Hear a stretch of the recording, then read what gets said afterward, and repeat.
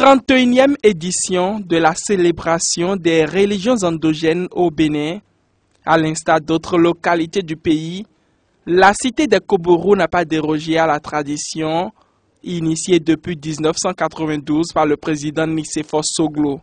Différentes divinités ont reçu ce dimanche 10 janvier des offrandes et sacrifices, ceci dans le respect des mesures contre le Covid-19. Les divinités ne sont pas des choses à balayer du revers de la main.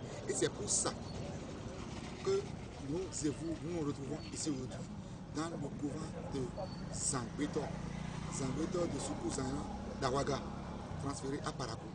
La première priorité sur l'homme, c'est la santé.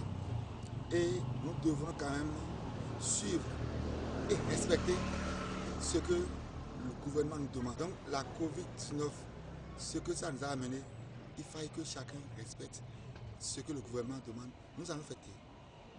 Avant qu'on le fête, chacun doit rester dans la pratique de ce que le gouvernement dit. Du 1er au 3e, en passant par le 2e arrondissement de la ville, des adeptes de Vodou se sont donné rendez-vous pour invoquer les mains de nos ancêtres pour la paix, la quiétude et pour conjurer les mauvais sorts. On a déjà fait la plupart des cérémonies d'hier.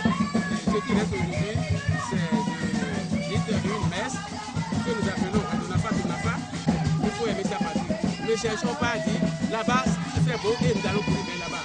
Restons ensemble et construisons notre pays dans la paix et dans l'amour. En dehors du Vodou Zangbetor, de Tron, de Kao, Parakou a aussi reçu les grâces du dieu Sagbata. Notons que cette édition de la fête de Vodou intervient dans un contexte de crise sanitaire, mais aussi de profondes réformes initiées par le gouvernement à la faveur de la chefferie traditionnelle.